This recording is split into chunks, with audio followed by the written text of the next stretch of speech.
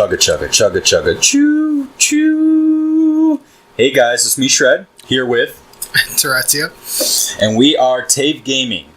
Before we start about today's topic, which you may have a hint about from my intro, I want to remind you guys to please like and subscribe to all of our videos. It helps us a lot, helps us know what's going on, how you guys are feeling about what we're doing, if we should even continue doing it, all that. and we have a little giveaway going once we hit 100 subscribers. Oh, that's right, I forgot. $50 gift card to Amazon to one of our lucky subscribers once we hit 100.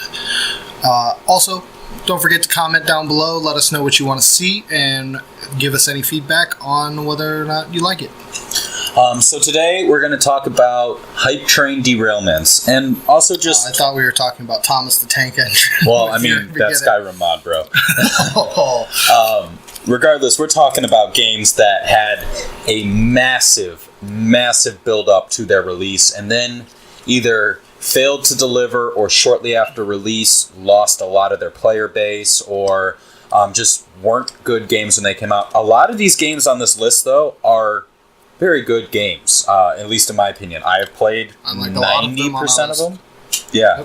Yep. I've played all but one on our list, and you've played every single one. No, all but one. I mean, we've talked before in videos about me being a hype fanboy for one of these games, and it's just so, the build-up is so big and so just huge that you're like, I cannot wait for this game to come out. When this game comes out, it's going to change everything about me. It's going to be phenomenal, and then they take a crap on the floor. They fizzle so hard, it's not even believable. Within that first month, they lose so many players, so many concurrent players, and just don't live up to the expectations that we as players have put on the producers and the creators. So where do we want to begin?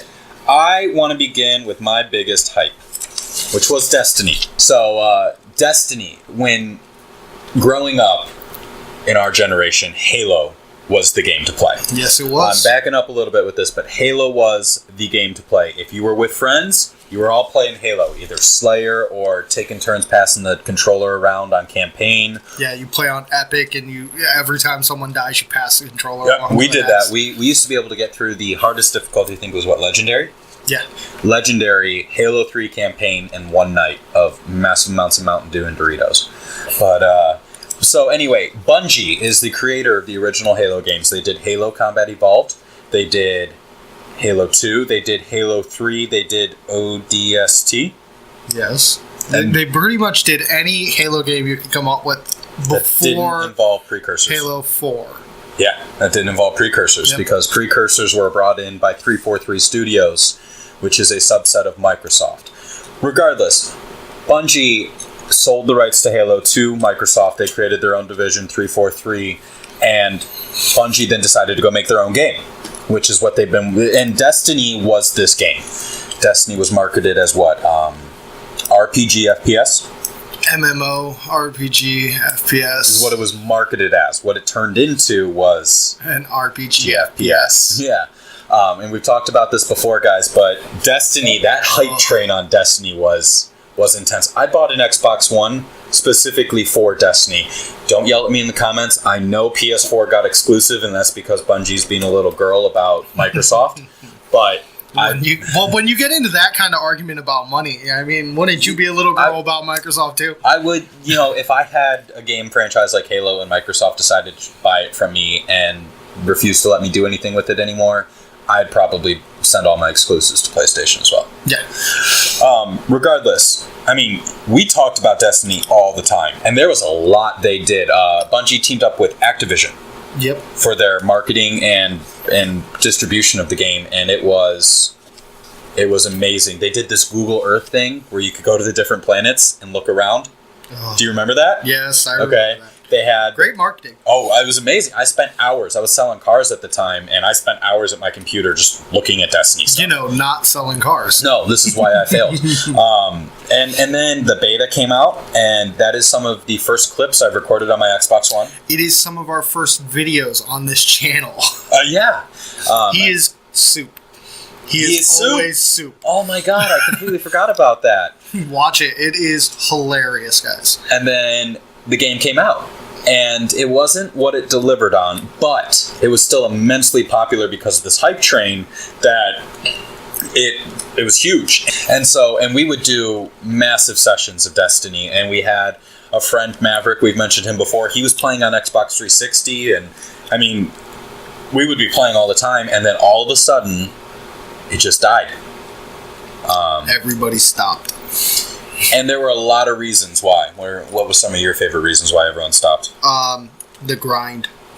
Again, the grind is good in a lot of games, and the grinding is not really bad in Destiny. It's not great, but you can see some of the numbers on people not getting what's the top tier Exotics. Yeah, less than 20% of people who have played the game have ever put a single exotic on any slot. What? Yes, that is the statistic. I just pulled it up maybe an hour ago. I have exotic on my armor. I know, I've got an exotic in every slot possible. I don't.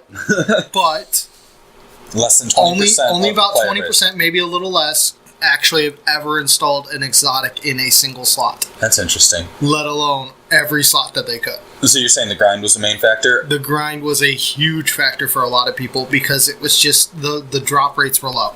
I think it was the lack of MMO-ness. I think it turned from everyone's going to be able to see each other running around the planet and going to do things to you had a squad of 3 people. It was you and 2 others, and you ran around and did stuff, and then you and 5 others when you did raids. The grind was crap. I never got that Vex Mytho class. Never once got that. I got it, and I didn't like it. I put it in the vault forever. What is it? And then, but I did like how they released content. I did like that raids came out periodically, but there's also a lack of content. There was, I mean, the first 2 expansions were you added the Reef as a social area, and you added Prison of Elders. That's pretty much it. Yep. Iron Banner and Osiris is just software patches. It's not actually new content. It's just PvP in a different way.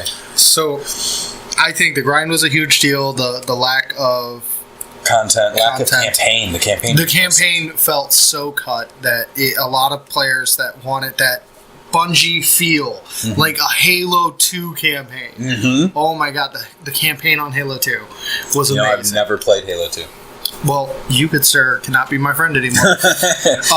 But everyone suspects that a game developer that is known for their single-player games as well as their multiplayer would be really good at getting the single-player right, and it just was so cut. There was really no replayability to it because you didn't get different outcomes. Mm-hmm. I mean, it just wasn't the same as what we had expected. And granted, Halo didn't have different outcomes to their games, but their story was so driving. It was so good. I mean, I would replay the Halo campaign just for fun. Whereas Destiny, if it wasn't the weekly heroic story mission, I wasn't touching a story mission again. I hated touching the story missions even for playing new characters. Yep. I would just go rank up in PvP, and I hated PvP. I can't stand PvP. And Destiny became a very PvP-centric game when it was marketed as a very PvE-centric game. So, I mean, there were a lot of things that Bungie and Activision, I think, did wrong. They oversold what they were delivering, and then it just kind of petered out. Now, there are still people playing Destiny. It's not a dead game. It has grown in popularity. Since, what was it? Since the Destiny 2 beta, for sure. Taken King. Taken King got a big rise, and then it dropped off again. Yep. Rise of Iron got the big gain, and then they've been somewhat substantially large, but it's really Destiny 2 that's bringing people back to Destiny 1 to get used to the game again. And that's what I did. After we played the Destiny 2 betas, I went back to Destiny 1 for a little bit. But I'm going to tell you, we came back for every expansion. That was why we started coming back to Destiny. What was it? Dark Below and House of Wolves. We didn't come back for. No. We weren't even really playing that much. We were kind of still playing, but it wasn't. I remember coming back in for Taken King and asking all of my friends, what is Prison of Elders? We need to go do Prison of Elders. I've never done Prison of Elders. And they're all sitting there like, oh, you guys prison. are all like, please, I don't want to do prison. What is Trials of Osiris? No, don't talk about Trials of Osiris. No one likes Trials. Yeah, and then we came back for Rise of Iron, and we did, 4 heavy days of Rise of Iron when it came out. When it came out, we were to be only found on that game. Yep. I mean, so all in all, Destiny just kind of petered out. It's not a bad game. No, it brings people back a lot, and none of these games are bad games per se. There's one bad game on the list. There's one really bad game on the list. Two. So the next game I wish to talk about would be Battlefield. Wait for it, because no one loved this title except for the story mode, which was really great. Hardline. There was a story mode? Yes, the story mode was actually the best part of the game, in my opinion. All right, so this is one of 2 games I did not play a lot on this list. I like to try every game at least once. There are a few exceptions to that rule. I will not play horror games because I do not like horror. I play them just to give people a laugh. Yeah. I mean, Alien Isolation, I think more of thriller, which less of horror. I want to play again. I know. But Hardline, I played the beta, and it was hella fun. The beta was good. I liked it. I even pre-ordered Hardline hard copy. I did not. I'm just going to use the word hard in front of everything from now on. It's just hard. It was a hard line to sell. But I mean, like, it was fun to do the cops and robbers thing. But I don't know what was it. Dice did Hardline, right? I think so. I don't know what Dice did, but the game died almost on impact. It was something that a lot of people really liked the idea of, but the idea did not come to fruition for a lot of people. Cops and Robbers is a game we've all played as little kids. We've all dreamt about being that police officer, busting the bad guys, going in, getting drug busts, all that sort of deal. And then when you play it and you go on to the multiplayer, you're like, well, this is not... This is crap. What's the point of driving around a police car in circles around the entire map? Exactly. And I mean, one of our favorite channels, Neebs Gaming, made fun of it with their Hype Train video for Battlefield 4 and Hardline. Shout out to Neebs. Shout out to Neebs. But I mean, I enjoyed playing the beta with my friends, but it was not a game I was going to buy. And I did play a little bit of it when you had the hard copy, but it was, to me, it just wasn't enjoyable. It wasn't as fun as Battlefield 4. You buy Battlefield games for the multiplayer because they are always good.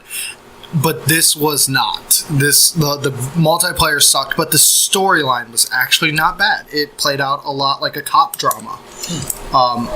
Now, I don't have numbers for it, but I can tell you that I think it dropped probably 80% in 3 months of players. I mean, I'm going to say, we were playing Battlefield 4 at the time when it came out. And then a couple of us switched over to Hardline, mostly the Naughties, which are a group of people we used to play with. And by 2 months later, Battlefield 4 servers were still full and still kicking. There was no drop in the Battlefield 4 servers to Hardline because everyone came back after the first couple weeks. I did. I sold my hard copy after week 1. Did you? I mean, it was just not a game I was interested in. And another game that I have no interest in at all, we're going to mention next because Terezio here knows a lot about it, is No Man's Sky. Oh, we're going there. Yes. All right. No Man's Sky. Big, huge hype train. One of the biggest questions on a lot of people's minds was, what's in the center of the universe? Is it nothing? It's a reset. What? So if you get to the center of the map, which, by the way, I've read or watched about No Man's Sky. It's supposedly like a procedurally generated planet, right? Supposedly. And then it just keeps going and going and going. And if you get to the center, it resets your game.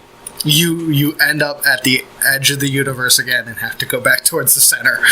Wait, so just explain this to me. Is it a linear movement? If I start at planet 1 and I go to planet 2 and then planet 3, can I go back to planet 2, or do I have you can go anywhere you want. Okay.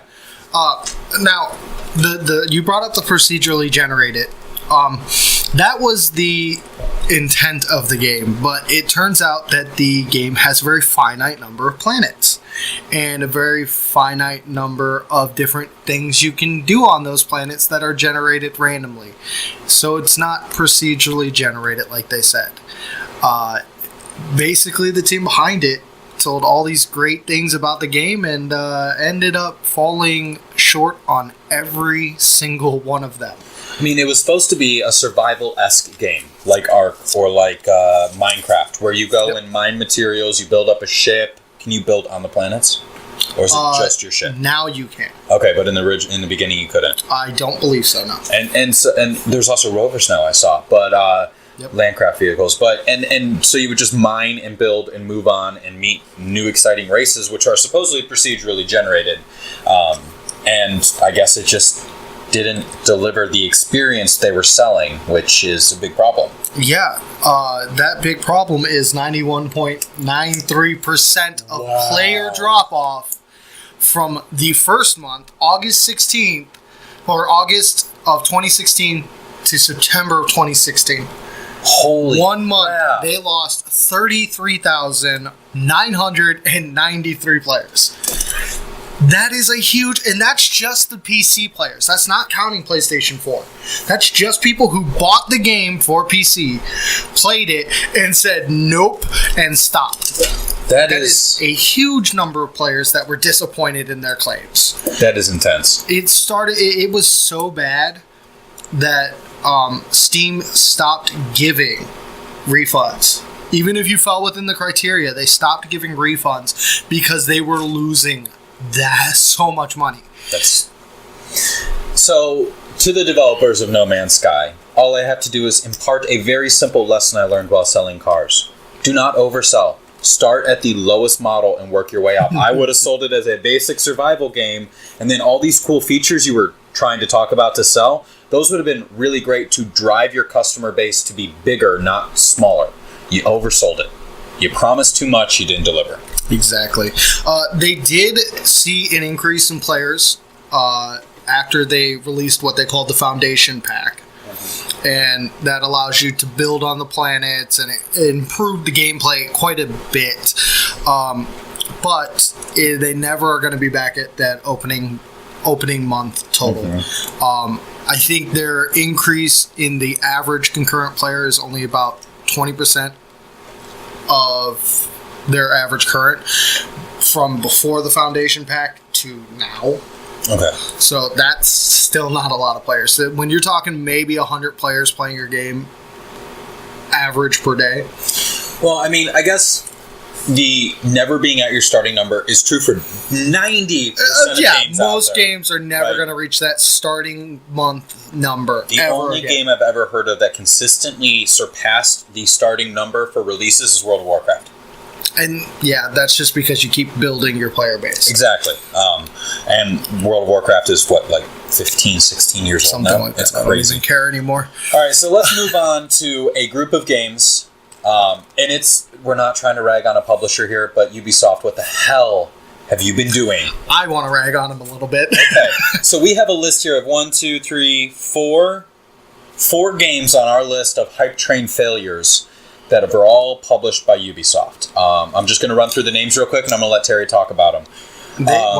Just so we know, they are a company that puts out games 2 or 3 easily a year. They do, and they do a perennial series. Where the Ubisoft does the Assassin's Creed series. The first game on the list is Assassin's Creed Unity. Every 2 years they release one. And they used to do it every year, and then after Revelations, they realized that the quality was dropping. After 4.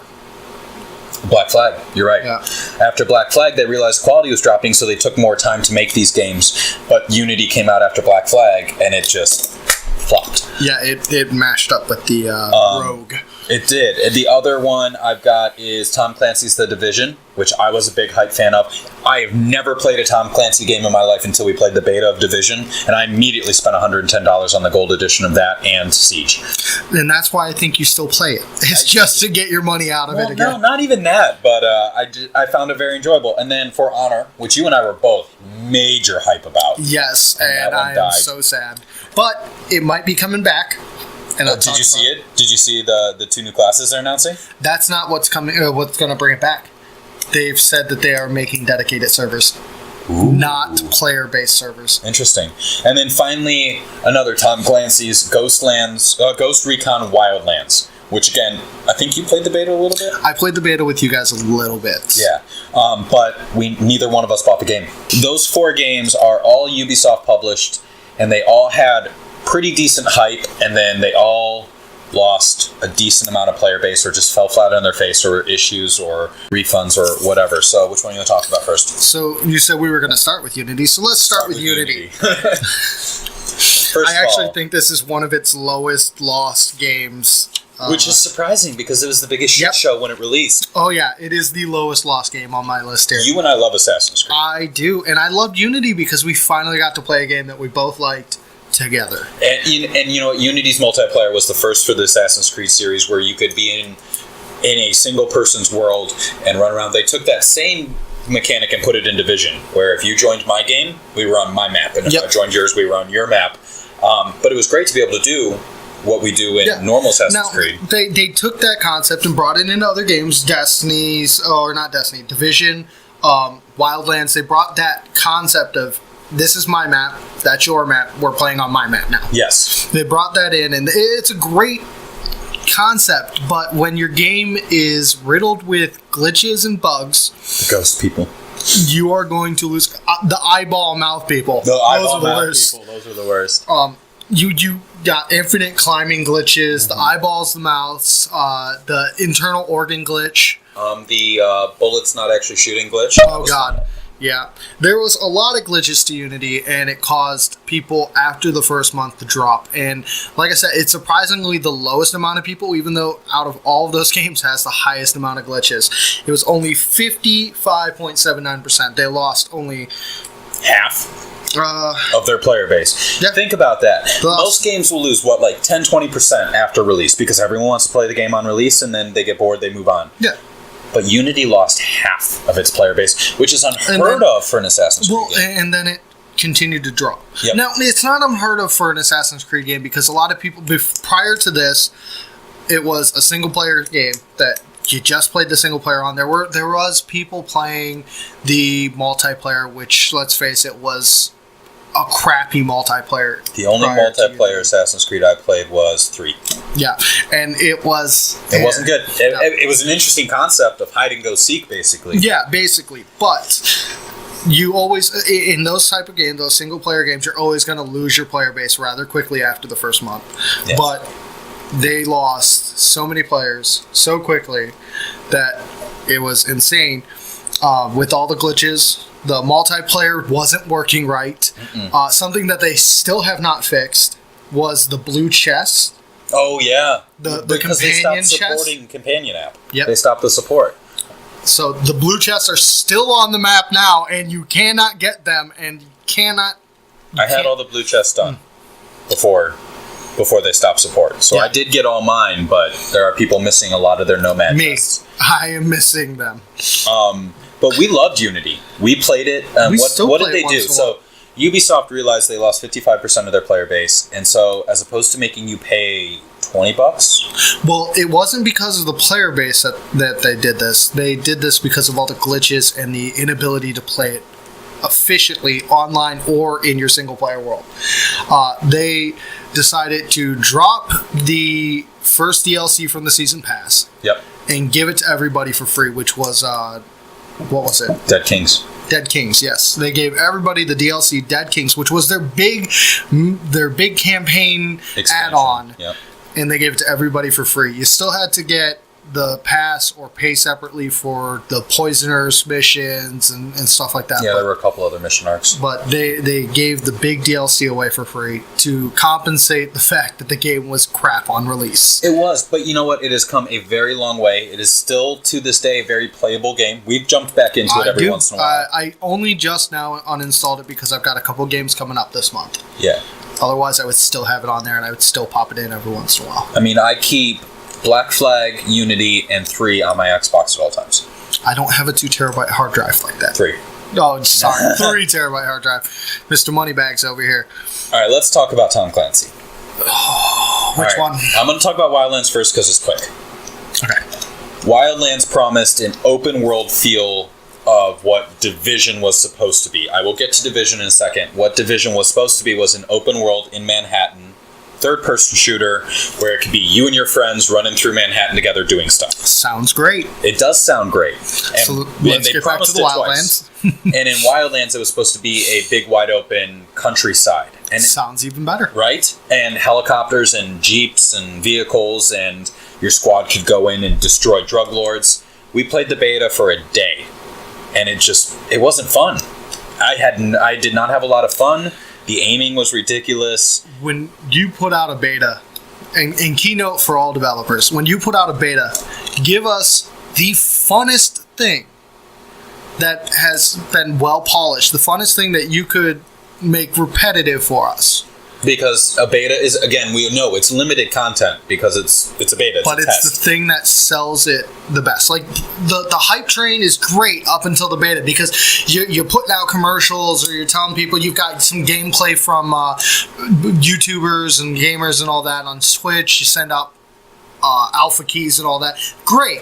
We see the footage. We're enjoying it. We like it. But until we get that game in our hands in the open beta, for those of us that don't get the beta keys and all that for the close like we do, for those of us, or for those of the players that have to wait for the open beta, if they don't have fun in that one weekend that you have an open beta, or in some cases 24 or 48 hours. Yeah. I mean, most now go from Friday till Monday morning. Yeah. Mm-hmm. But if you're only going to have it Friday and Saturday, you better give us the funnest, most well-polished gameplay you can give us, because otherwise you're going to lose a lot of sales. And you know what? Division did that, but Wildlands did not. And I don't think that's why Wildlands sold well. It didn't. It didn't sell well to start. It just never took off. Nope. The way Division did. The beta was all right for Wildlands. Division's beta was phenomenal. Really good. They gave you some story missions. They gave you the open area for PvP combat. The Dark Zone. The Dark Zone was fun in the beta. They gave you one. So the way Division's set up is there's a bunch of side missions, there's encounters, and then there's main missions in different areas that help upgrade your base. And they gave you just enough content to start upgrading your base and getting a feel for how the game was. I could not tell you how goddamn cock teased. Yeah, how blue-balled I was after playing that beta, because I was like, I just wanted to get that upgrade. I'm 20 credits away from getting that upgrade. And you will always be those 20 credits away in the beta. And but you got to try out all 3 different skill lines. You got Radar, Pulse, First Aid. You got 2 from Medic. Radar, Pulse, First Aid, Ballistic Shield, and Sticky Bomb. And Turret. Yeah, I was going to say Turret was for sure, because I played the Turret. Just Ballistic Shield on the security line. And you got to experience the different weapons. You got to experience a lot. And Division, I mean, like I said earlier, I've never played a Tom Clancy's game in my life prior to playing Division.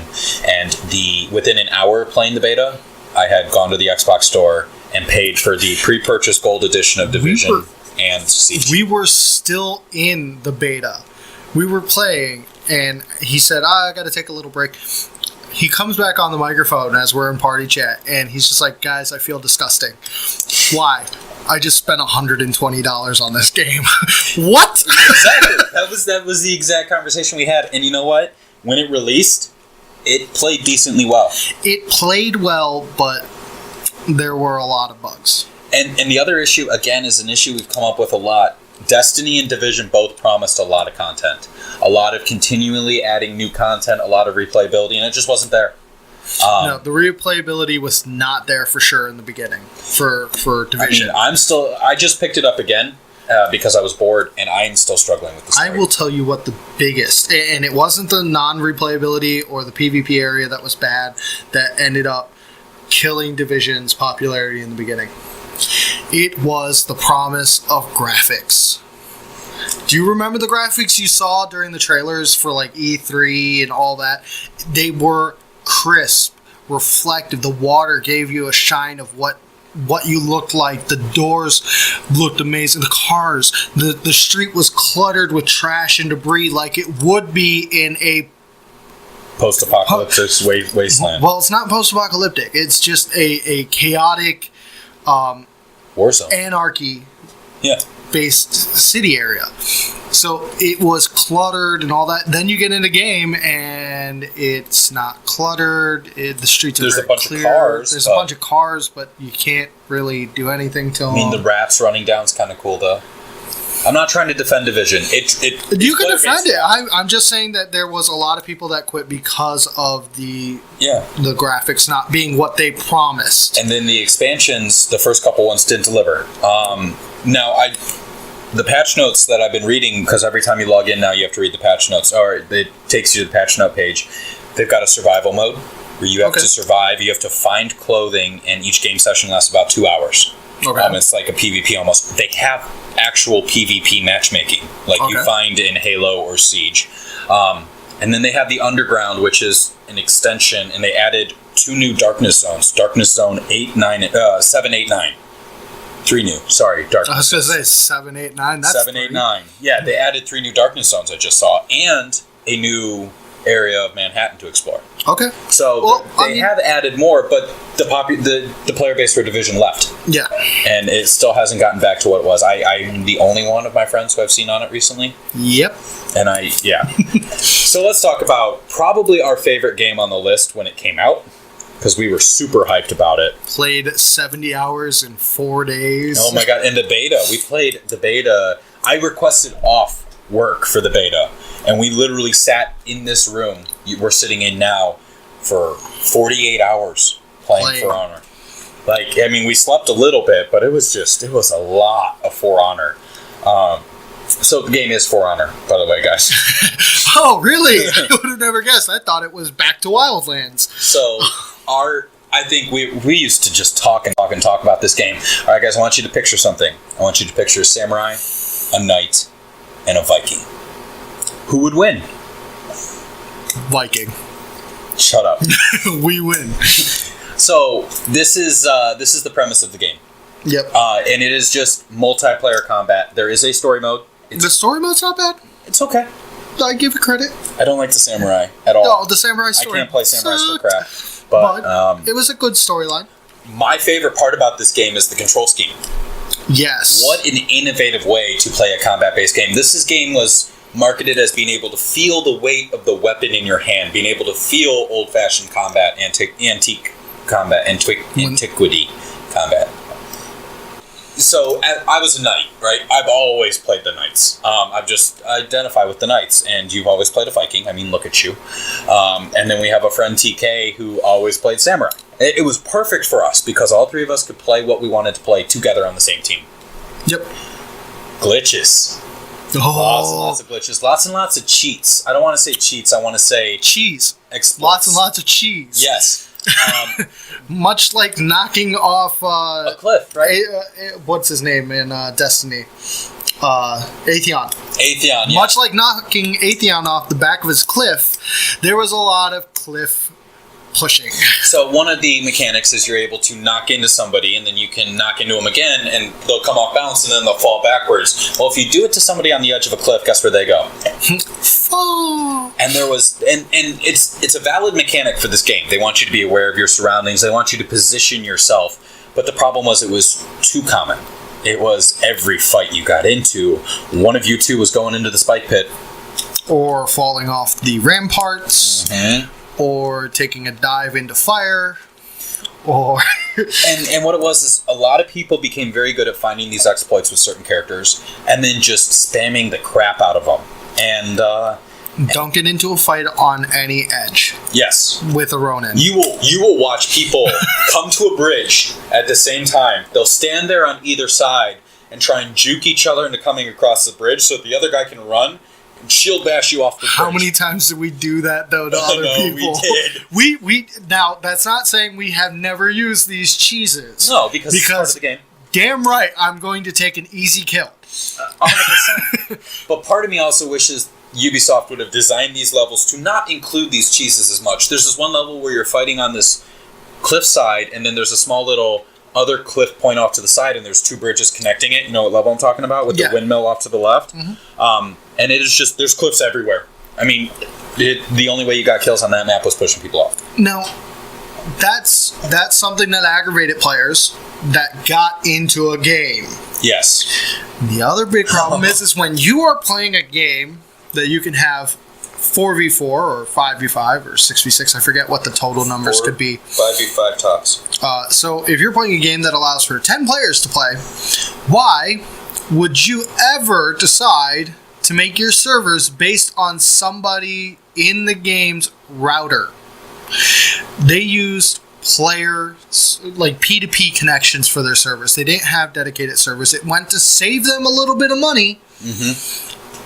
But when you save that little bit of money, you lose it in the long run because people stopped playing. People stopped buying the game when they heard that it was all P2P connection, which doesn't even begin to scratch the surface with P2P connections, because when you can install lag switch, saw videos how to do that. Thank God that they're getting dedicated servers, but you can literally install lag switch into your router, flick it, everyone else starts sputtering out, and you're running around the map totally free to kill everybody. I know I had it done to me once where I was running, stopped, connecting to game, screen came on, and when all of my team came back on, you could literally hear everyone go, "What the fuck?" and you saw the entire line of people just die. With one guy killing all of us, and we knew immediately we had to leave because that's a lag switch. Yeah, I mean, and what also I felt strongly about this game was it was repetitive to the point of being boring. Don't get me wrong. Yes. I get multiplayer games can be repetitive. How long did we play Battlefield 4? I mean, we played it a lot. We still play Battlefield 4. And we do, and it is very repetitive. We know the maps by heart, but we're not bored when we're playing it. I would get bored. I would get frustrated. I'd just walk away. I mean, I used to scream at Destiny. This is the only game in the past 5 years that has gotten me even anywhere close to screaming like I did with Destiny. Do you remember the 50s? Yes, I remember. So one last thing I want to talk about with For Honor is the numbers, because I am a numbers guy. Just for PC, again, all these stats that I have number-wise are PC-based.